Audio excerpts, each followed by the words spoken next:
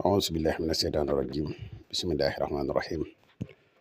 وإني أعيذها بك وذريتها من الشيطان الرجيم ربي أعوذ بك من همزات الشياطين وأعوذ بك رب أن يحضرون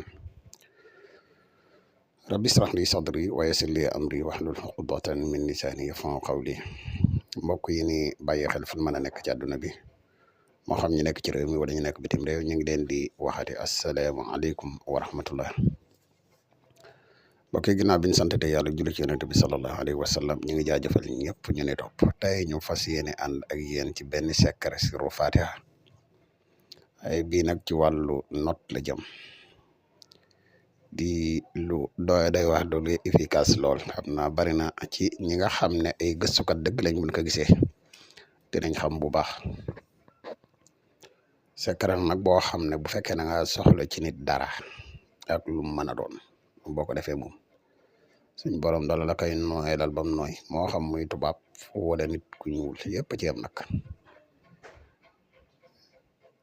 te lépp dara nag génn ci fatiha bala ñuy gën a sori ci secret bi di la wax yow mi nga xam ne da nga bëgg def lu seet wala di si xaar man nga jokkoo ak ñoom ci benn ci ñaari numéro yi foo mën a nekk rek incha allah rabbi dina la ko defal muy 77 684 28 28 wala 77 668 28 28 ñu bëgg a bokk ci groupe whatsapp bi amaat na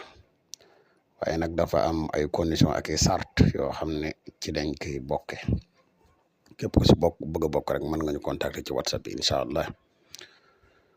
mbokk yi secret bii ñu leen indil tey fatiha la da ngay bind fatiha ba wala booliin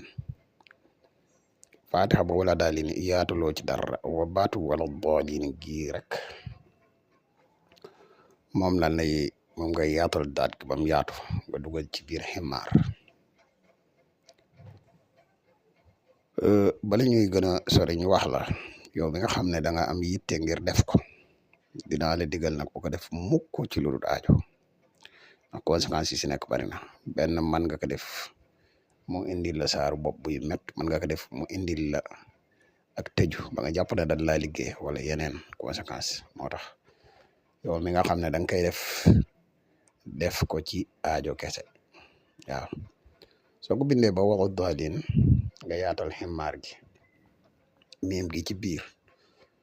soo noppee nga wut béjjënu bëy nga sëf ko ci boo ko sëfee kër gi nga xam ne yow fi nga nekk ci buntu kër ga nga koy def soo paree nga wërdu lii nga xam ne moom la ñu bëgg a wax da ngay xadat ximaar